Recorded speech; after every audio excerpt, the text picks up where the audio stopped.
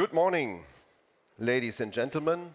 Good morning to day 2 of our Hydrogen Week, European Hydrogen Week. And it's an honor and a pleasure to open the panel, the first panel of today. We will talk about carbon pricing. We yesterday understood that carbon pricing is one of the elements that will help to get out of fossil, get into new, get into clean. I made the point that the ETS system as such is really not working because not many countries, so a quarter of the world is participating in ETS system, and it's not really working. Many free allowances and low prices. The Europeans started now with CBAM, the Carbon Border Adjustment Mechanism, which steps in, so to say, and ETS slides out. Very difficult. But how will it work? We have the honor to have today a panel that will be started with a keynote of Mr. Hydrogen of India, Mr. Abhay Bhakre. He has been appointed as coordinating all the work of hydrogen in the Indian government. And as India is our partner country, Abhay, I would like to invite you to the floor to give us your keynote, and I might follow up with some questions before we give the floor to the moderator of the panel. Abhay Bhakre, Mr. Hydrogen of India.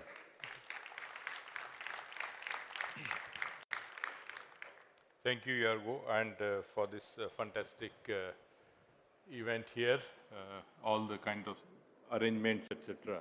So, good morning, delegates. Good morning, friends. I'm Abhay Bhakre. I recently taken over as the head of the hydrogen mission, the green hydrogen mission, launched by the government of India last year.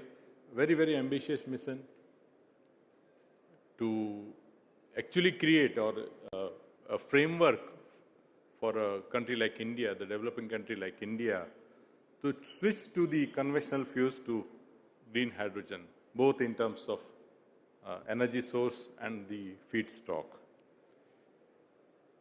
Now, we are all talking about energy transition because we are talking about the climate change. Nothing new about that. We want to have the 1.5 degree, 2 degree, all kinds of targets. We want to reduce the 50 plus gigaton of CO2 emissions or the GHG emissions, which every year we are witnessing, and it's instead of coming down, it is actually going up. So yesterday's numbers was something around 54 gigatons all over the world. But knowing well that the 3/4 of this total emission comes from the energy, we talk about the energy transition. Hydrogen as a fuel, you all know, was there for many decades, but never realized its potential to actually decarbonize our economy, especially when we thought as the energy sources are the main culprits for our climate change issues. So today, when we discuss about carbon pricing, it is actually, we are talking about a possible pathway, and there are many pathways as different countries speak. Different countries want to pursue different pathways. The carbon pricing is going to be the key for that. So every transition, and most of the transitions, they actually need a lot of money. And this money doesn't come from the consumers, because if consumers are ready to pay, then we don't need many policies, we don't need a lot of public funding, because the business or the market forces can take over. But the hydrogen, the transition from the hydrogen for the hydrogen economy, and so many other transition actually need public funding. So how do we actually implement this approach on public funding? Because this is a transition which is in a normal course will not happen. So we need some kind of a pull or a push.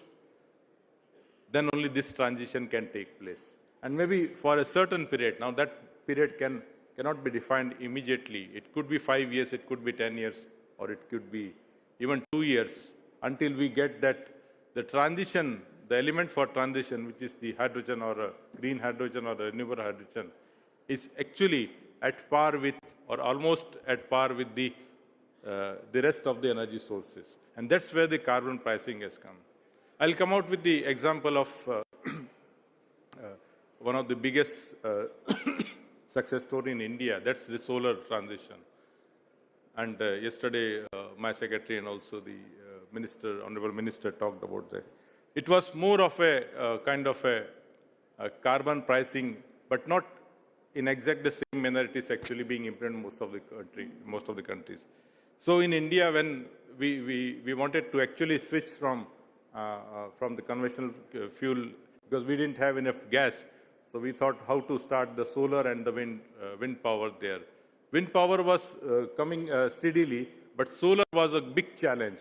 So we had this almost 16 to 18 rupees. So about 80 rupees is $1, you can say.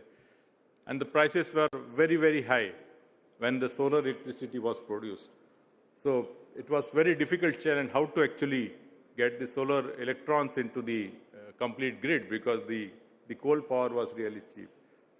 But it was only 1% of the total grid power which was taken from solar, and rest of the 99% was coming from the conventional sources. So this 1% was actually paid at a very high price, and the rest of the 90%. So that way it started from 0.5%, 1%, 2%, like that. So the solar electricity in India actually dived very steeply from 2013, 2014 to 2016. And within 2016, 2017, it came with at par with the rest of the. So it was only about 3 to 5 years of transition.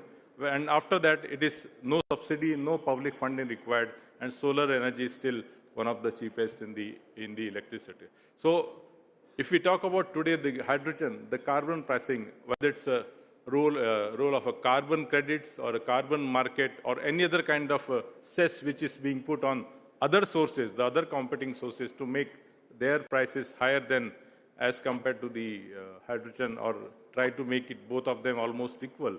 The role of carbon pricing will be there at least, we believe, 5 to 7 years, or maybe at least say 7, 8 years from now. Whether it will be used in the form of a carbon market, which we are trying to evolve, the framework is ready in India. In India, so there are many consuming industries like steel, fertilizers, cement, who will be actually gradually shifting to their percentage of use of hydrogen, 2%, 3%. Refineries, we have planned to go to almost 10%, or even another 10 years, 15%, 25%. So there the impact on the total cost of the product is very little. It's about 25 paisa or half a rupee, like that.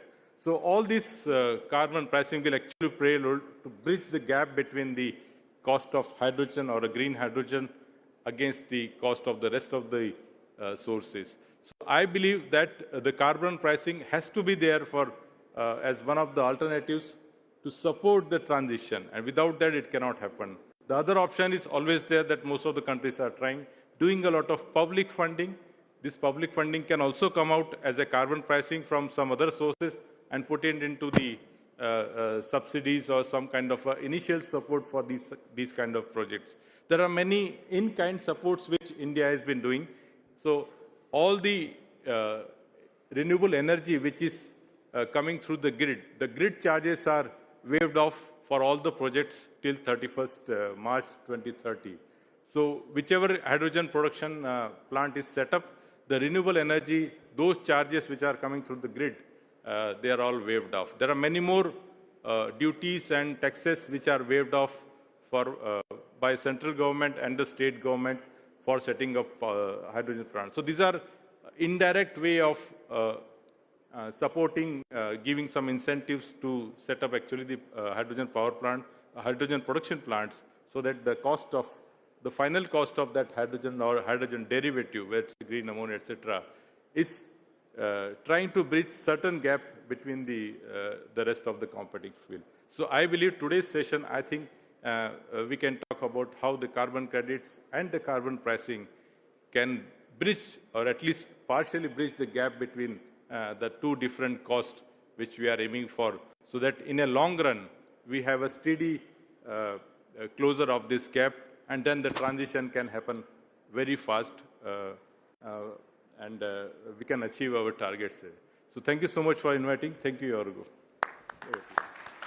Excellent. Why don't you stay here, because you will participate in the upcoming panel, which will be moderated by Dolf Gielen, who is a senior economist at the World Bank, and he's the hydrogen lead. But I would like to say that he worked many, many years before on a global level with IRENA, the International Renewable Energy Agency, and I could see the fruits of his work last week already during my stay in Baku in Azerbaijan during COP. Because it was not just talking about hydrogen, you can see concrete efforts, especially at the booth of IRENA, but also UNIDO, and Petra will not be here. Luis will replace Petra, and Petra is sick, but UNIDO very, very actively involved there. I also would like to say that I was impressed by IRENA's work, Roland sitting here on the panel and working together with Dolf many, many years. We owe you very much. Let me say one word, because before I give the floor to Dolf, to India and Yara, because Yara, represented by Vibeke here on the panel, is one of the biggest off-takers of hydrogen in the world. And before even all this carbon pricing takes place, Yara is biggest off-taker for Indian production of hydrogen and ammonia in that case, with two companies with long-term agreements. One is two with Adani and Acme. By the way, both members of Hydrogen Europe, which is very, very interesting to see that even with global partners, European markets, European rules, European regulations might play a big, big role. So don't underestimate the European Union. With that, I would like to invite the European at the World Bank, Dolf Gielen, here to the stage and to take over this panel. Welcome, Dolf.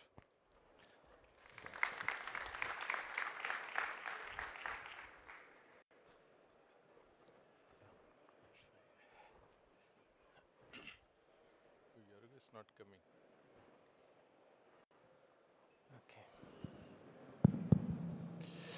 Good morning, everyone. Thank you very much, Jorge, for your kind words. And can I please ask my panelists to join us here on the stage?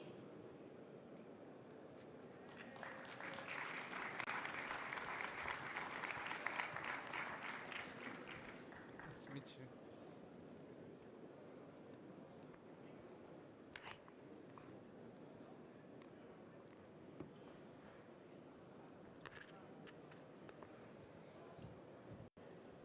So if I start from the far end, there we have Dr. Roland Rush, who is the director of the IRENA Innovation and Technology Center.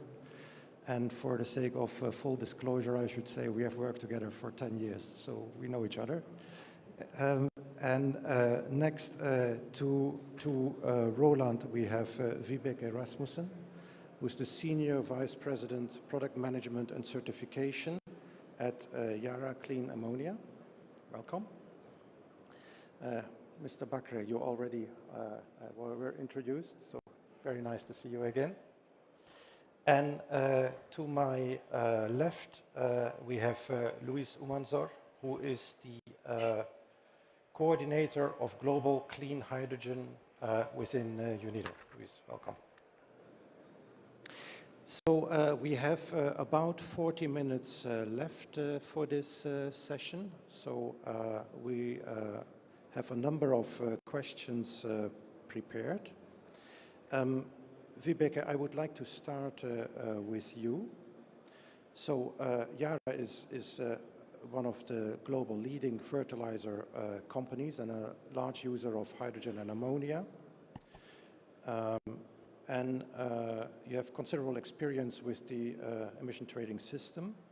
So what do you think will change with the revision of the ETS and CBAM, including regarding the role of export solutions, please?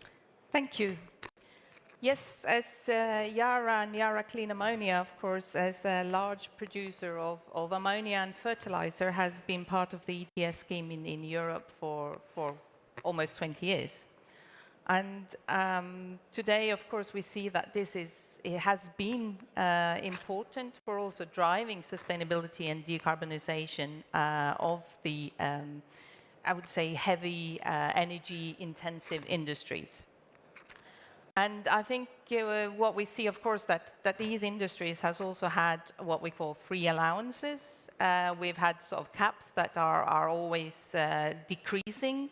The total emission allowances volumes are decreasing, so it's a trajectory to really solve decarbonization. And with the CBAM now, I think, which is also phasing out then, of course, the free allowances, and the idea of this really creating a level playing field of internal European production and imports, which will also, of course, drive up the carbon price in Europe, which is important also for driving sort of more sustainable and decarbonization. So I think it's important steps, and I think it's really good for a level playing field. What we see today, and what is probably missing, is that there are heavy industries in Europe, which is, of course, also exporters. And although the CBAM and the carbon border adjustment mechanism is also an incentive for other jurisdictions and regions to introduce ETS systems, there are still not there the carbon pricing everywhere, and therefore European industries that are exporters, and especially for fertilizer industry, which is seasonable, agriculture is seasonable, and for these production units to be producing year-round to cater for both the global sort of southern, northern hemispheres, it's important that we have an export mechanism. Because if not, we will actually be driving today's production in Europe, which is, and for fertilizers, and especially nitrate-based fertilizers, has about half the carbon intensity of the global average. Which means if we're driving then that industry to not be able to have an export mechanism, then that is it's not good. So we will say that CBAM also need to do that in the foreseeable and the next decade, until we get the ETS or systems also established in other parts of the world. So you say further improvements needed? Yes, I think for the export, I think it's a good way, and CBAM is good for introducing the level playing field between European production and imports, which is also very important, and for that. But I think it had a lot of discussions on an export mechanism in the infancy, but in the end, that was not part of what was introduced. And I think that is needed. Thank you very much for that. Luis, I want to move to you. So UNIDO is very involved in global cooperation to achieve decarbonization, especially also in industry. Do you think that carbon border adjustment mechanism in its current state will indeed lead to massive decarbonization also in the developing countries where you're focusing? Thank you, Dolph. In short, yes, it can really help, particularly in countries that export frequently to Europe, and also that have carbon-intense products like aluminium, steel, and ammonia. So in UNIDO, what we see is that it becomes a financial incentive, an instrument that can really move forward or push, the decarbonization of these industries, of these hard-to-abate sectors in the developing countries. I know that there is a lot of interest from Morocco, from Algeria, Tunisia, Egypt as well. So the countries in Northern Africa perhaps will be the first ones to go for it. But it's not only that. It can of course create a cascade effect. I like the word creating a level playing field. However, it would require more, because the implementation of the CBAM will also need that these countries have the capacities and also the systems in place in order to do this, because just the monitoring and the measuring of the CO2 can be really complicated, and we don't know how advanced some of the countries are on registering all this. So, and also this will require technical assistance on theirs, like to them, so that they can start implementing these systems. And finally, they will also require some financial mechanisms. So the CBAM alone it will push for sure, it will support the decarbonization of these sectors, but it will require, on top of that, technical assistance and also financial mechanisms that support it. Thank you very much. Roland, renewable hydrogen is a key part of the decarbonization solution for energy-intensive industries. And to make that renewable hydrogen, you need a lot of renewable power, which is, of course, the core of Irina's work. Can you already see with your member countries that CBAM is having a measurable effect on the growth of renewables? And how do you see that playing out in the coming decades? Yeah, thank you for the question, Dolph. I think it's a pleasure here to be moderated by my former boss, and we work together here at IRENA on this work related to hydrogen.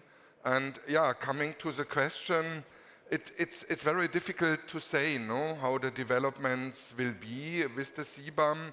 CBAM has been in development for years with an extensive dialogue across industry, creating some awareness of its potential impacts. And however, the actual implementation and its consequences remaining really very uncharted territory. And what I recall from my times when I worked in the utility sector and the ETS was introduced, so at that time, I think in 2008, the ETS was introduced and the certificates were kind of distributed for free, and that had tremendous unintended effects when this happened. So it's built into the chest of the German utility extra 8 billion because of the merit order, and the price was set by the gas power plants and of course the nuclear power plants and the hydropower plants that were in place at that time.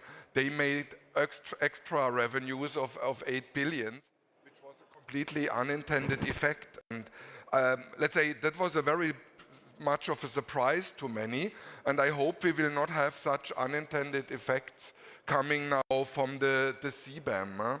While some industry are taking proactive steps, it's likely that the full implication will only become clear as this mechanism phases in from 2026.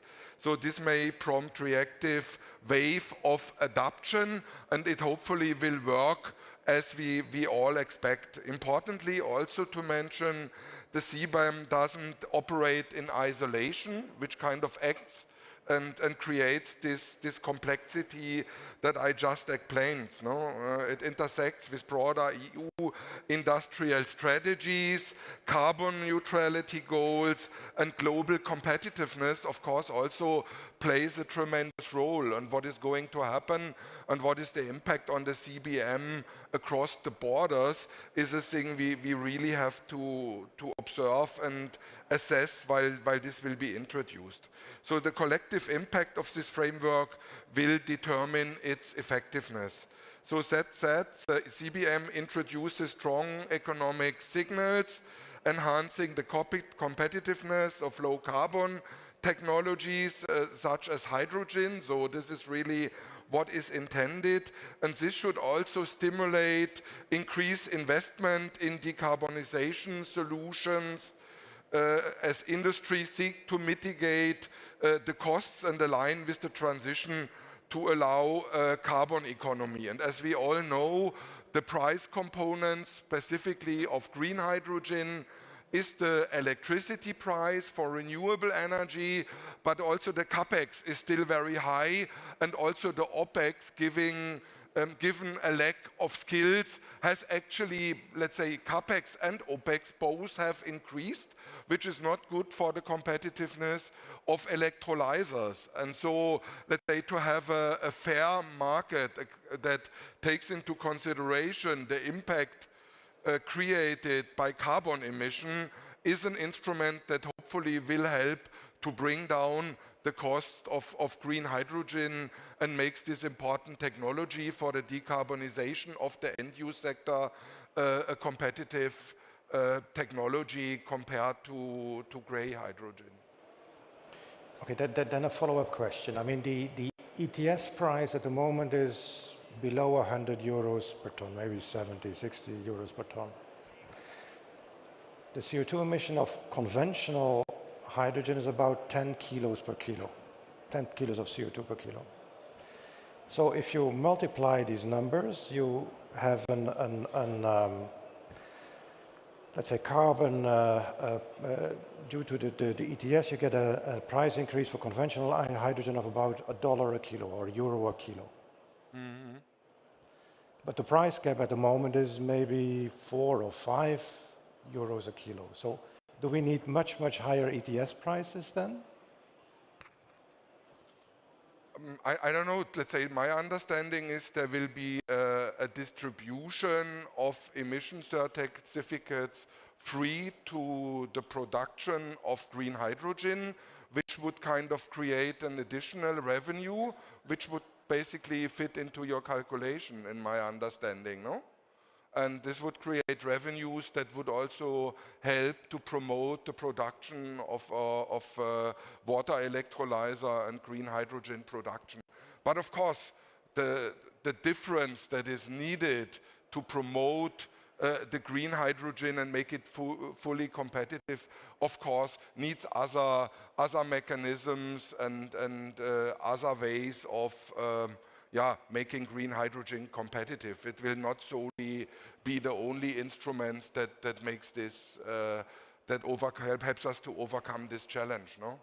So there we are aware, and you well know that also the World Bank is setting up programs that are supporting basically green hydrogen, and that will help up to scale up the technology and bring the electrolyzer capex down, and hopefully also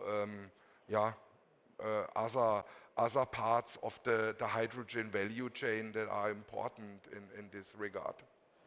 So we also still need a lot of technology innovation and a lot of economies of scale.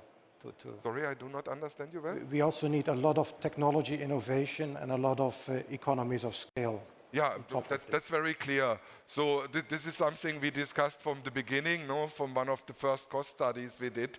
Let's say till 2030, and let's say not much has happened since we discussed this in 2019.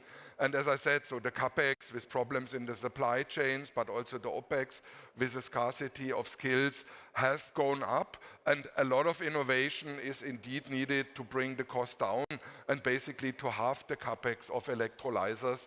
And unfortunately, I have to say we lost some time there the past 3 years when we discussed this. Not much has happened, no? So, okay.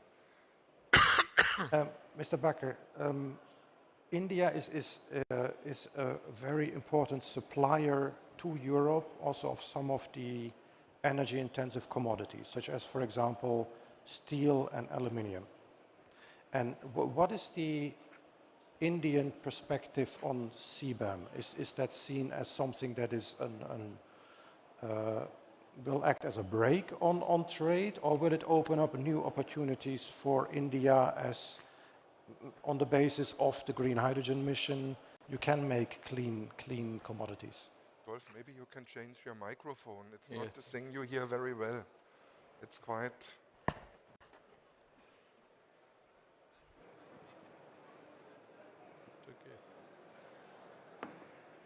Yeah, so the first thing is that yes,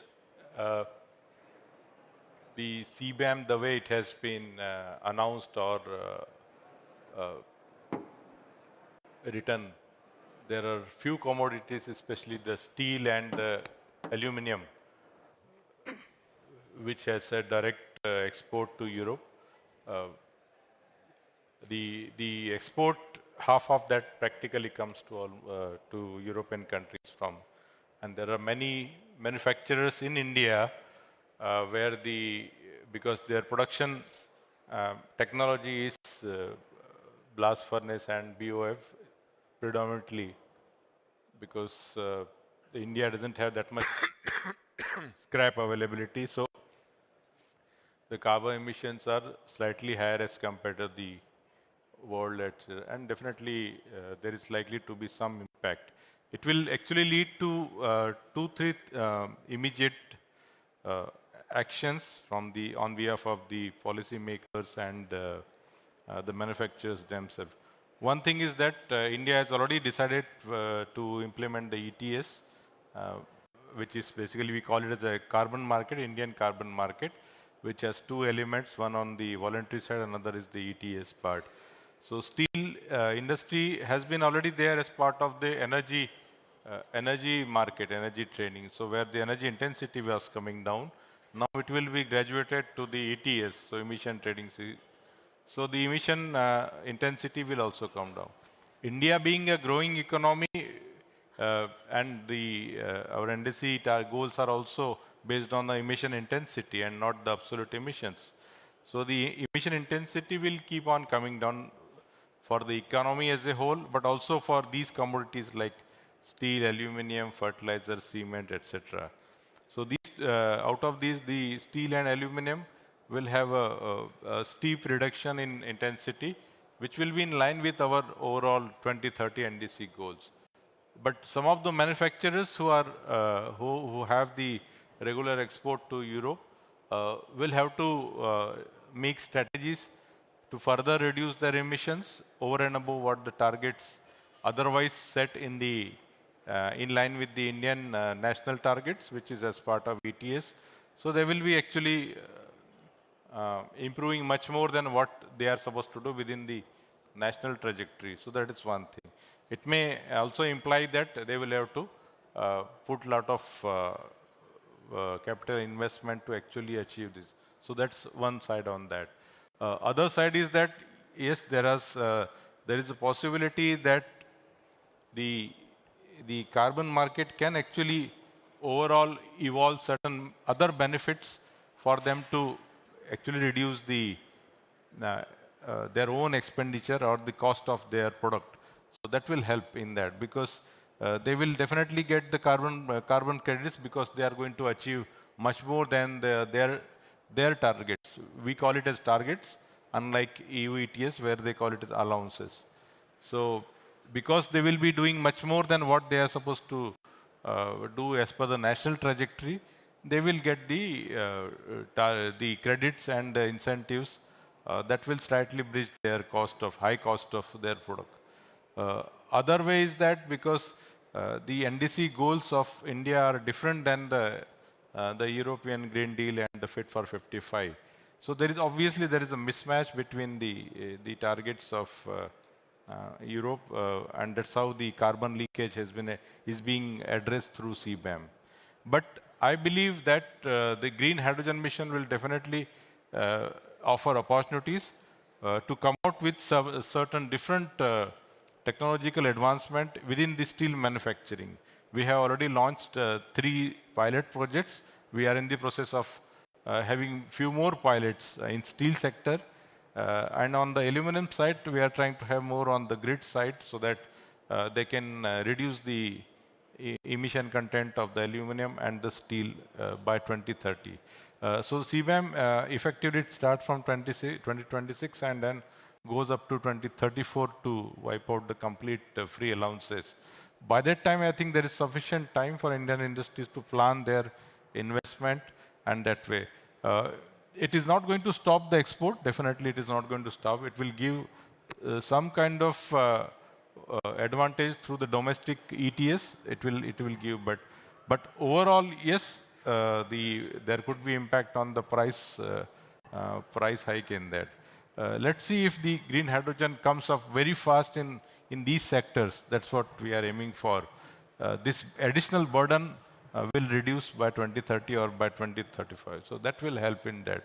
And as you rightly said, the technology innovation will actually drive down the cost. If we get a more efficient electrolyzer, if we get more convenience in terms of getting the renewable energy, and after all, we need to reduce the cost of green hydrogen and then see the impact on the green steel or green cement like that.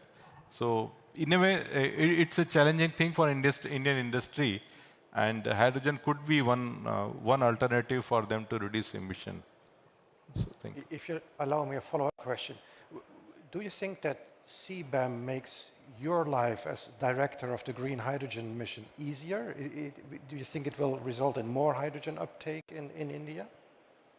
Not really, because the hydrogen mission has come up in India for two basic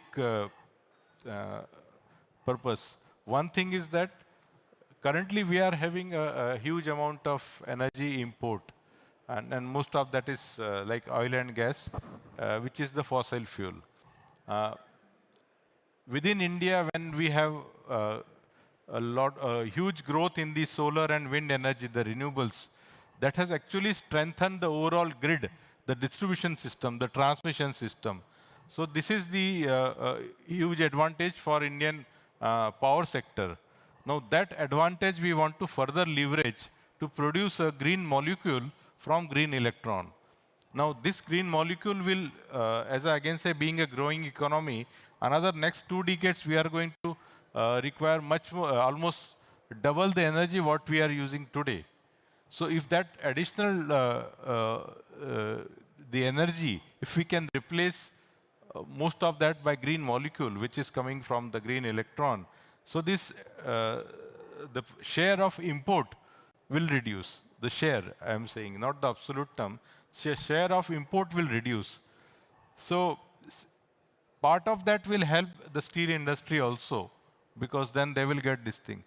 But overall, the mission is actually trying to have a green molecule, a renewable source of energy, which can replace the otherwise conventional source. That is one thing. And second thing, at the same time, the rest of the world which is happening, the decarbonization effort, if India can export these green molecules or the derivatives from green molecules, so Indian domestic industry for production of hydrogen and derivatives can come up very fast, because they will get the offtake.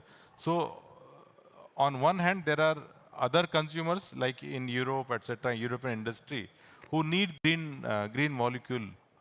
And at the same time, we have advantage of producing green molecule. So, so that we can ourselves reduce our import and also export it. So with these two things, the green hydrogen mission is going to have a huge offtake. CBAM, some of the industry will get benefited within India because they will get a competitive rate for the green hydrogen by 2030. Thank you very much. Vibeke, Yara is a global player. You have facilities all over the world, or you buy all over the world. How do you see that CBAM will impact your choice of production locations? Well, I think for Yara, it's important to really look at where does it sort of make sense really to make the molecules, and how do you actually then optimize your assets based on both an energy and emission aspect. And therefore, of course, CBAM is creating a level playing field, especially for in Europe, on imports compared to what is produced in Europe. So, but we see also it's driving the fact that you need to decarbonize, because if you import then non-decarbonized or grey volumes, of course you have to pay, Whereas if you then decarbonize also abroad, you actually pay less importing that to Europe. So I think it's helping also to optimize the assets on a global basis. So definitely we see that carbon ETS and CBAM is important in that fact. What we see, I think, with CBAM now also is hydrogen, ammonia, fertilizers is included, but we look now on especially hydrogen and hydrogen derivatives. There are other derivatives or hydrogen carriers which is not yet included in CBAM, which is also creating some uncertainty or unpredictability of what is going to be the infrastructure, the values. Which carrier do we choose? And I think that is, of course, it would be a benefit to get more, I would say, industries or products included in CBAM, of course. But I also think that the different value chains and development of that, and we see for the foreseeable future, hydrogen imports to Europe is probably going to be in the form of carriers. And especially, for instance, ammonia, it has different sectors. For fertilizer, there is no substitute. You need it to be in ammonia. But for fuel, for instance, is it sort of the methanol? Is it ammonia? And I think that is still creating a bit uncertainty. For a hydrogen carrier, of course, it depends on, are you going to crack it back to hydrogen when it comes into Europe or not? That will drive which one or which carrier you choose. So I think it's important that we have that clarity also in CBAM. Saying that, there is also a lot of other drivers in the Fit for 55 package that would determine, of course, what carrier you choose. And I think the challenge maybe also for this is for a lot of production abroad is coming into, it's not only the methodology which is different between CBAM, RED, the gas package, the methodology, the certification, the auditors. So it's a lot of understanding and bureaucracy that you have to, and are we making it maybe, we can do something also in Europe on trying to align these better, I think, and make it also more feasible for everyone to understand and actually get the molecules into Europe. So if I understand you correctly, you say for the policy framework is still not solid enough to really impact our investment decisions at this moment. It's still a little bit wait and see. Still a bit of, yeah, I would say that. It's still some uncertainty of what choices to make or what makes sense. I think there are still, yeah, we see that. Okay, thank you very much. Luis, with CBAM, we have now for the first time a mechanism that gives a perspective of serious industrial decarbonization. We've been talking about industrial decarbonization for 30, 40 years. Not that much has happened. So CBAM could change that, but CBAM is still only Europe. So what are you doing to introduce similar mechanisms in the countries you work with, in the developing countries? Yeah. Well, so UNIDO has different ways on operating when it comes to decarbonization. On one hand, we are developing decarbonization roadmaps, which basically focus most of the time on steel and cement, because I mean high emitters, and also we also have, or we are giving support to countries on their development for roadmaps for hydrogen, which is also necessary for the decarbonization.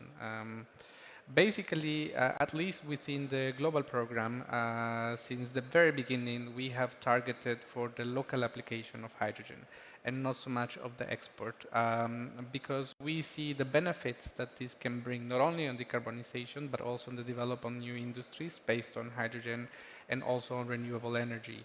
Particularly because some of the countries have the iron ore or have certain conditions in order for themselves to produce either the ammonia or to produce or to reduce the iron if it's not entirely producing the steel. So basically in UNIDO, it's more or less the pathway that we want to guide them, because at the end of the day, as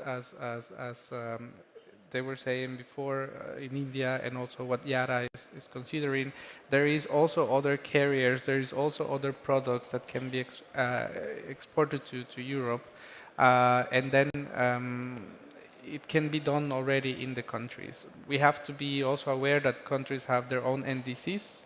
Most of them have also their industrial development or industrial roadmaps, and what we are trying to do is to create this policy coherence between decarbonization, climate change, and their industry plans, so that they make sure that they're considered when they are further developing. Perhaps some countries face certain challenges, like the least developed countries, that also need to be addressed separately.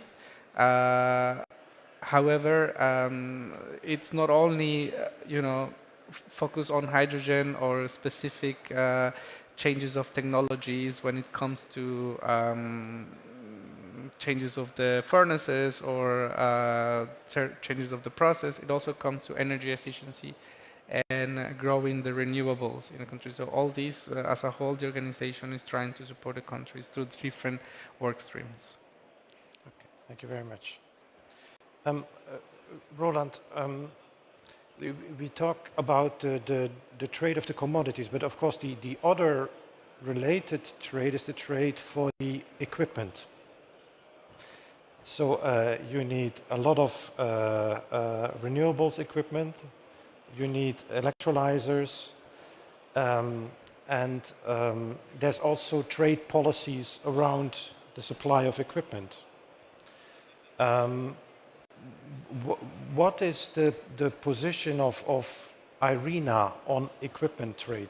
There's noises, for example, here in Europe about maybe limiting electrolyzer imports from China.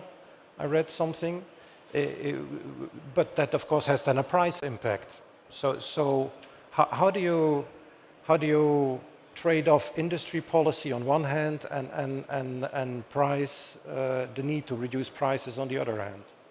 No, that's an excellent question. Of course, IRENA with the 170 member countries has China as a member equally as Europe. And of course, there we have a role maybe as an intermediator, no? And if you look at the two poles of this, no? So indeed, clean tech technology as of today comes by 70% from China, and actually as relative good, low cost and competitive prices compared to Europe. So in a way, this technology is helping to accelerate the energy transition in many places in the world, also in Europe. And let's say also the governments within Europe are not sure, let's say on the one side, speeding up the energy transition and taking advantage of low-cost technology from China. But on the other hand, there is of course also a concern about jobs and trying and find ways to diversify the supply chains, no?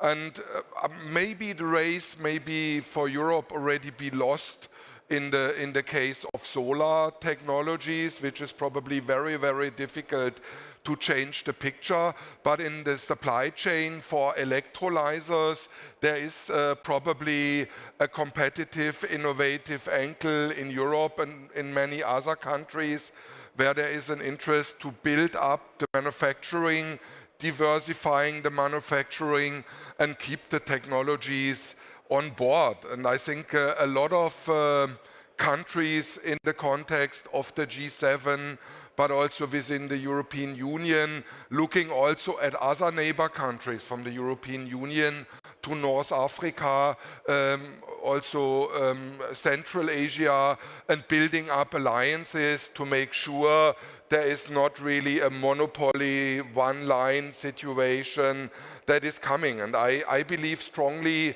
in the longer term, it is good to diversify the manufacturing and the supply chains. And I also believe the Chinese are of this opinion, but they are not giving easy up, let's say, in the fields where they have gained a competitive space.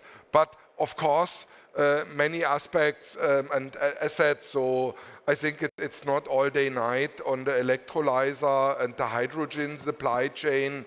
And it is good for the world economy to diversify the supply chains, but also take advantage. And we just a few minutes ago, we spoke about the importance to scale up the technology and bring the costs down.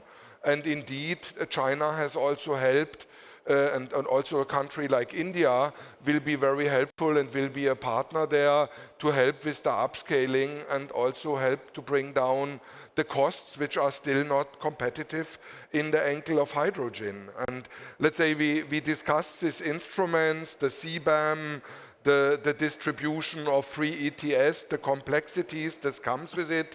Developers, financial institutions try to calculate this in, but there is still a lot of uncertainty. And let's say, according to the study we did at IRENA in the Innovation and Technology Center the past 12 years is clarity, clear regulation, also clear and strong supply chains are all ingredients to make this all happen. And that's why I'm convinced a diversification and the strengthening of the supply chain is urgently needed. Great. Thank you very much for that. We have... please, you want to come in? So I support what Roland has just said. So at this stage, when the alternative fuel or alternative sources and supply chain is still in the premature stage, so I believe in at least for next 10 years, say up to 2035, the carbon pricing and ETS are going to be a more effective instrument rather than straightway jumping it to the CBAM, because even though both have the same objective, but CBAM talks about the commodities, whether the ETS talks more from the energy sources point of view. Outcome or the goals are more or less same. So at this stage, depending on the technology innovation in next 10 years, I think at current stage the ETS is more effective, likely to be more effective instrument to decarbonize rather than CBAM, because that will straightway disturb a lot of trade, taxation, etc. I think. Thank you very much for that. So with that, I want to conclude the panel. So thank you all very much for your inputs. If I can have a round of applause.